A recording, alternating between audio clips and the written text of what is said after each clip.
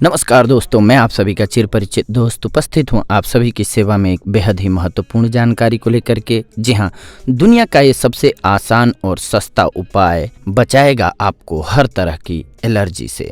जी हाँ, एलर्जी बेहद कॉमन बीमारी है। किसी को खाने की चीज़ से, किसी को किसी खास महक से, तो किसी को डॉग या कैट से एलर्जी हो सकती है। एलर्जी की कुछ और भी वजहें हैं। एक्सपर्ट से बात करके एलर्जी से बचने और इससे निपटने के तरीके हम आपको बता रहे हैं। हमारे एक जानने वाले हैं, जब भी दूध या दूध से बना हुआ कुछ खा लेते हैं उनके शरीर में खुजली होने लग जाती है। वैसे ही एक अन्य मित्र हैं, वो जब कभी भी तरबूजा खाते हैं तो पूरे शरीर में लाल चकत्ते निकल आते हैं या उल्टियां होने लग जाती हैं उनको। वैसे ही एक अन्य मित्र को यूं तो कोई हेल्थ इश्यू नहीं है, लेकिन जब भी घर में साफ सफाई होती है और धूल नाक में चली जाती है तो उनकी सांसें तेज तेज चलने लगती हैं और नाक और आंखों से पानी आने लगता है। वैसे ही किसी को हल्के धुएं में भी सांस लेने में दिक्कत होती है और खांसी होने लगती है। ये एलर्जी के लक्षण हैं, यानी ये लोग किसी तरह की एलर्जी से पीड़ित हैं। क्या होती है एलर्जी? आइए सबसे पहले ये जानते हैं। जब हमारा शरीर किसी चीज को लेकर ओवर रिएक्ट करता है तो उसे एलर्जी कहते हैं। एलर्जी किसी खाने की चीज, पालतू जानवर, मौसम में बदलाव, कोई फूल, फल, सब्जी के सेवन, खुशबू, धूल, धुआं, दवा यानी किसी भी चीज से हो सकती है। इस स्थिति में हमारा इम्यून सिस्टम कुछ खास चीज़ों को स्वीकार नहीं कर पाता और नतीजा ऐसे रिएक्शन के रूप में दिखता है। इस स्थिति में शरीर पर लाल लाल चकत्ते निकलना, नाक और आंखों से पानी बहना, जी मितलाना, उल्टी होना या फिर सांस तेज तेज चलने से लेकर बुखार तक हो सकता है। ज़्यादातर एलर्जी खतरनाक नहीं होती, लेकिन कभी कभार समस्या गंभीर भी हो सकती है। अब आइए जानते हैं एलर्जी के कारणों के बारे में।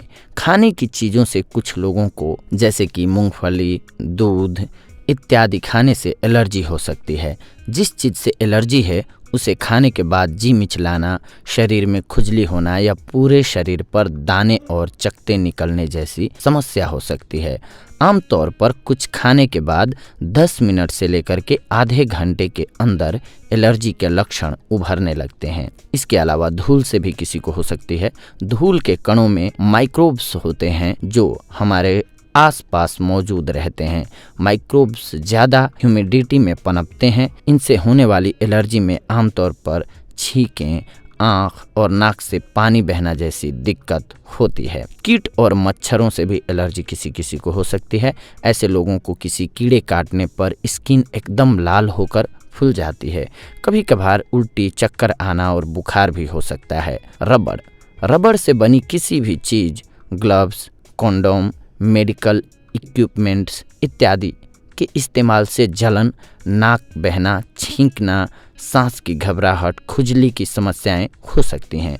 इसके अलावा खुशबू से भी बहुत लोगों को एलर्जी होती है। खुशबू भी कई लोगों के लिए एलर्जी की वजह हो सकती है। परफ्यूम, खुशबू वाली मोमबत्तियाँ, कई तरह के ब्यूटी प्रोडक्ट्स इत्यादि की खुशबू से सिर दर्द, जी मिचलाने इत्यादि की समस्या हो सकती है। इसके अलावा बहुत लोगों को पालतू जानवरों से भी एलर्जी होती है। जानवरों के बाल, उनके मुंह से निकलने वाली लार, रूसी इत्यादि से कई लोगों को गंभीर परेशानियां होती हैं। कई लोगों को घास से होती है। कई बार घास, पेड़ और फूल भी एलर्जी का कारण होते हैं। इनके संपर्क में आने पर खुजली, आंखों में जलन, लगातार छींक और खुजली इत्यादि की समस्या हो सकती है। कई लोगों को किसी खास मौसम से भी एलर्जी होती है। जब मौसम बदलने लगता है तो इन लोगों को गले की खराश, बुखार, नाक बहना, आंखों में जलन जैसी समस्या होती है। ऐसे में कोशिश करें कि ज़्यादा से ज़्यादा घर के अंदर रहें।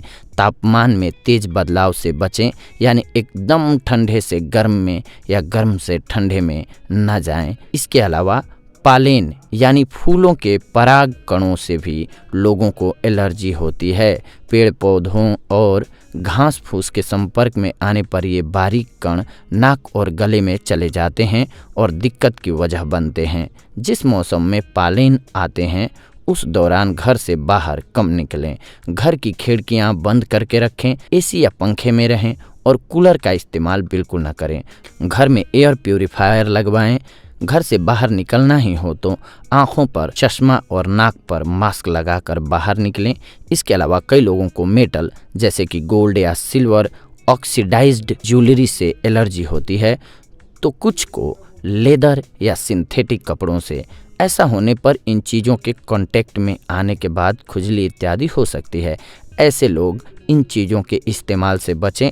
अगर ऐसा कभी होने ही लगे तो उस जगह पर स्टेरॉयड बेस्ड क्रीम लगाएं। इसके अलावा किसी खास दवा से एलर्जी भी काफ़ी लोगों को होती है। अगर उस दवा को लेना जारी रखा जाए तो परेशानी बढ़ सकती है। अब आइए जानते हैं एलर्जी किसको ज़्यादा होती है। एक्सपर्ट्स मानते हैं कि गाँव में रहने वालों के मुकाबले शहरों में रहने वालों में एलर्जी की समस्या ज़्यादा पाई जाती है। जिन बच्चों को ज़्यादा साफ सफाई के साथ पाला जाता है उनमें भी यह समस्या ज़्यादा पाई जाती है, क्योंकि उनके शरीर का इम्यून सिस्टम ज़्यादा डेवलप नहीं हो पाता है। बच्चों में एलर्जी होने की आशंका बड़ों से कहीं ज़्यादा होती है। बच्चा अगर बहुत ज़्यादा थकान का शिकार होता हो, उसे सर्दी जुकाम बना रहता हो, नाक में खुजली होती हो, तो इसे एलर्जी हो सकती है। सावधानी के लिए जिन चीज़ों से हम बच्चों को परहेज करा रहे होते हैं वहीं परहेज उन्हें और बीमार कर रहा होता है। हम हाइजीन के नाम पर बच्चों को धूल, मिट्टी, बारिश इत्यादि में खेलने से रोकते रहते हैं। इसे हाइजीन हाइपोथीसिस कहते हैं। जिन बच्चों का वैक्सीनेशन नहीं किया जाता उनमें भी एलर्जी की समस्या कम देखी गई है। वैक्सीनेशन से बच्चों का शरीर बैक्टीरिया से तो बच जाता है, लेकिन इम्यून सिस्टम कमज़ोर हो जाता है। जो चीज़ शरीर के इम्यून सिस्टम को अपने मुताबिक नहीं लगती वह उन्हें अपने तरीके से निकालने की कोशिश में लग जाता है। यह तरीका छींक, चकत्ते, बुखार इत्यादि हो सकता है। इसी तरह बुजुर्गों में भी एलर्जी की समस्या काफ़ी कॉमन है, क्योंकि उनका इम्यून सिस्टम भी कमज़ोर हो जाता है। बदलते मौसम इत्यादि में उनका खास ख्याल रखना चाहिए। कई बार एलर्जी खानदानी भी हो सकती है। पेरेंट्स को अगर धूल या किसी और चीज़ से एलर्जी हो तो बच्चों को एलर्जी होने के चांस बढ़ जाते हैं। हालांकि यह ज़रूरी नहीं है कि दोनों की एलर्जी का स्वरूप एक जैसा ही हो। माँ को अगर धूल से एलर्जी की वजह से स्किन रैशेज पड़ते हों तो बच्चे को खुशबू से एलर्जी होने की वजह से छींकें आ सकती हैं। देश में करीब 20 से 30% लोग एलर्जी से पीड़ित हैं, जबकि अमेरिका, इंग्लैंड, ऑस्ट्रेलिया और न्यूजीलैंड जैसे देशों में एलर्जी के मरीजों की संख्या 40% से भी ज़्यादा होती है।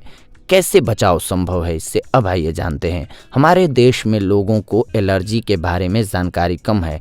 अक्सर लोगों को पता ही नहीं चलता कि वे बार बार बीमार पड़ रहे हैं, तो उसकी वजह खाना या मौसम भी हो सकता है। दरअसल अगर किसी चीज़ को लेकर शरीर में रिएक्शन दिखे तो डॉक्टर को दिखाना चाहिए और दोबारा इस चीज़ के इस्तेमाल से बचना चाहिए। बच्चों के इम्यून सिस्टम को मजबूत करने के लिए उन्हें ज़रूरी चीज़ें भी दी जानी चाहिए। बच्चों को चार दीवारी में बंद करके नहीं रखा जाना चाहिए। बच्चों को धूल, मिट्टी और धूप में खेलने दें। ये बच्चों को बीमारियों से लड़ने में मदद करते हैं। उन्हें बारिश या दूसरे पानी से भी खेलने दें। हाँ, धूल मिट्टी में खेलने के बाद उनके हाथ पैर अच्छे से धुलवाना बिल्कुल न भूलें।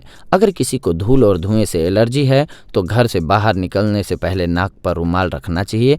बचाव ही एलर्जी का सबसे अच्छा इलाज है। जिन लोगों को ठंड से एलर्जी है वे ठंडी और खट्टी चीज़ों जैसे कि अचार, इमली, आइसक्रीम इत्यादि के इस्तेमाल से बचें तो अच्छा होता है। गंदगी से एलर्जी वाले लोगों को समय समय पर चादर, तकिए के कवर और पर्दे भी बदलते रहना चाहिए। कारपेट यूज न करें या फिर उससे कम से कम 6 महीने में ड्राई क्लीन करवाते रहें। जिस दवा से एलर्जी है उसे खाने से बचें। डॉक्टर को दिखाएं तो इस एलर्जी के बारे में ज़रूर बताएं। घर में किरोसिन वाले स्टोव की जगह एलपीजी या इलेक्ट्रिक स्टोव यूज करें। किचन में एग्जॉस्ट फैन ज़रूर लगवाएं और खाना पकाते समय उसे चलाएं। घर को हमेशा बंद न रखें। घर को खुला और हवादार बनाए रखें ताकि साफ हवा आती रहे। खिड़कियों में महीन जाली लगवाएं और जाली वाली खिड़कियों को हमेशा बंद रखें, क्योंकि खुली खिड़की से कीड़े और मच्छर आपके घर में घुस सकते हैं। दीवारों पर फफूंद और जाले हो गए हों तो उन्हें साफ करते रहें, क्योंकि फफूंद के कारण भी एलर्जी हो सकती है। बारिश के मौसम में फूल वाले प्लांट्स को घर के अंदर ना रखें। अस्थमा और एलर्जी में फ़र्क आइए अब जानते हैं। अस्थमा और एलर्जी में कई चीज़ें कॉमन हैं, लेकिन फिर भी दोनों अलग अलग हैं। लगातार कई दिनों तक जुकाम, खांसी या सांस लेने में दिक्कत हो तो इन्फेक्शन इसकी वजह हो सकता है। जबकि अस्थमा में सांस लेने में परेशानी के अलावा रात में सोते वक्त खांसी आना, छाती में जकड़न महसूस होना, एक्सरसाइज करते हुए या सीढ़ियाँ चढ़ते वक्त सांस फूलना या खांसी आना, ज़्यादा ठंडा या गर्मी होने पर सांस लेने में दिक्कत होना जैसे लक्षण होते हैं। हालांकि एक्सपर्ट्स का कहना है कि अस्थमा भी एक तरह की एलर्जी ही है। जैसे ही शरीर एलर्जी वाली चीज़ों के संपर्क में आता है, अस्थमा का अटैक होता है। इसे एलर्जिक अस्थमा कहते हैं। हाँ, अस्थमा और एलर्जी में एक और कनेक्शन है। अगर किसी को एलर्जिक अस्थमा नहीं है, सिर्फ एलर्जी है, तो अस्थमा होने का खतरा 40% तक बढ़ जाता है। एलर्जी के लिए टेस्ट होता है 2 प्रकार का। स्किन पैच टेस्ट, जिस भी चीज़ से एलर्जी का शक होता है उसका कंसंट्रेशन स्किन पर पैच के जरिए लगाया जाता है। इसके रिजल्ट सटीक होते हैं। इसके बाद ब्लड टेस्ट। ब्लड टेस्ट से भी एलर्जी की जांच होती है। हालांकि एक्सपर्ट्स इसे बहुत सटीक नहीं मानते। स्किन पैच टेस्ट कराने का खर्च 8 से 10 हज़ार रुपये आता है। टेस्ट के जरिए 60 तरह की एलर्जी की जानकारी मिल जाती है।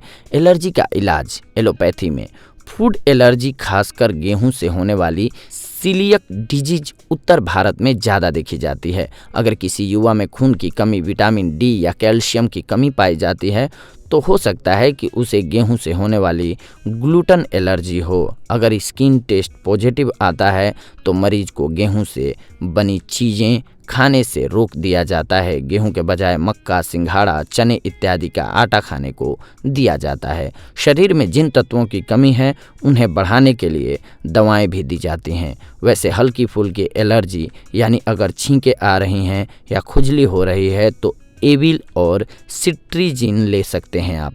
ये दोनों जेनरिक नेम हैं। एक्सपर्ट्स का कहना है कि ये दवाएं कुछ घंटों या फौरन राहत के लिए तो ठीक हैं, लेकिन लंबे समय चलने वाली एलर्जी में बेअसर हैं। एलर्जी होने पर डॉक्टर को दिखाएं। दवा एलर्जी के प्रचार के अलावा मरीज की स्थिति और उम्र के मुताबिक भी तय की जाती है। इम्यूनोथेरेपी और एलर्जी शॉट्स से भी एलर्जी का इलाज किया जाता है। अगर मरीज की हालत ज़्यादा खराब हो तभी इम्यूनोथेरेपी का सहारा लिया जाता है। यह सेफ तरीका है, लेकिन जब किसी ऐसी चीज़ से ही एलर्जी हो जिसे नज़रअंदाज न किया जा सके, मसलन अगर किसी को प्राण खाने से एलर्जी है तो वह उसे नहीं खाएगा, लेकिन अगर पालन से एलर्जी है तो वह हमेशा ही बीमार रहेगा। ऐसे मरीजों को यह थेरेपी दी जाती है। इस थेरेपी का असर लंबे समय तक रहता है। कई बार इसका असर 3 से 4 साल तक रहता है। हालांकि हर मरीज पर असर अलग अलग हो सकता है। यह इलाज थोड़ा महंगा होता है। इसके अलावा होम्योपैथी में दवा बीमारी के लक्षणों के आधार पर दी जाती है। होम्योपैथी में सभी तरह की एलर्जी का इलाज मुमकिन है। हालांकि असर थोड़ा धीमा होता है, लेकिन बीमारी पूरी तरह से ठीक हो जाती है। खुद इलाज करने के बजाय किसी क्वालिफाइड होम्योपैथिक डॉक्टर की सलाह लेनी चाहिए। खाने पीने की चीज़ों से एलर्जी हो रही है तो नेट्रम मूर की 4 बूंदें सुबह शाम थोड़े पानी में मिलाकर पीने की सलाह दी जाती है, लेकिन बच्चों के लिए डोज अलग होती है। एस्प्रिन दवा से एलर्जी होने पर कार्बोवेज और एंटीबायोटिक से एलर्जी होने पर सल्फर 200 दी जाती है। कुछ एलर्जी में ब्रायोनिया, नक्सवोमिका, आर्सेनिक एल्बम इत्यादि दवाएं दी जाती हैं। दवा की डोज उम्र के मुताबिक तय होती है। इसके अलावा आयुर्वेद में रोज सुबह नींबू पानी पीने की सलाह दी जाती है। खट्टी और ठंडी चीज़ों से परहेज करें। कभी कभी कोई दवा खाने से भी एलर्जी हो जाती है, इसलिए हमेशा दवा डॉक्टर से पूछ करके ही लें। अगर स्किन एलर्जी है तो फिटकिरी के पानी से प्रभावित हिस्से को धोएं। नारियल तेल में कपूर या जैतून तेल मिलाकर लगाएं। चंदन का लेप भी राहत देता है। इससे खुजली कम होती है और चकत्ते भी कम होते हैं। पंचकर्म का हिस्सा नास्य शिरोधारा भी एलर्जी में बहुत मदद करता है। इसमें खास तरीके से तेल नाक में डाला जाता है, लेकिन यह प्रक्रिया घर में नहीं करनी चाहिए। एक्सपर्ट्स के देखरेख में ही इसे करना चाहिए। इसके अलावा नेचुरोपैथी और योग के द्वारा भी इलाज जान लेते हैं। योग और नेचुरोपैथी एलर्जी से लड़ने में काफ़ी कारगर है। नेचुरोपैथी एक्सपर्ट्स का मानना है कि एलर्जी से बचने के लिए पेट साफ रखना चाहिए। बहुत गर्म या बहुत ठंडा खाना नहीं खाना चाहिए। हमेशा साफ पानी पीना चाहिए।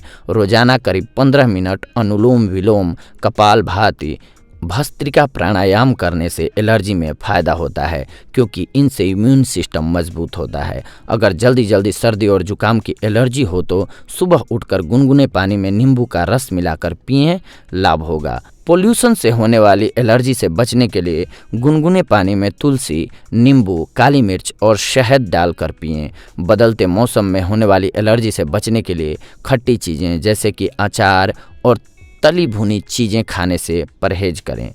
जो भी हमने आपको ये दवाएं बताई हैं, ये बिना डॉक्टर की सलाह के आप न लें। ये हमारा सुझाव है आप सभी को, क्योंकि हो सकता है कि हम जो बता रहे हैं वो किसी और एलर्जी के लिए हो और आपको किसी अन्य तरह की एलर्जी हो, इसलिए इससे बचना चाहिए आपको। तो दोस्तों, ये थी आज की हमारी जानकारी आप सभी के लिए। अगले एपिसोड में हम आप सभी के साथ जुड़ेंगे एक और बेहद ही महत्वपूर्ण जानकारी को लेकर के। तब तक के लिए धन्यवाद। नमस्कार दोस्तों।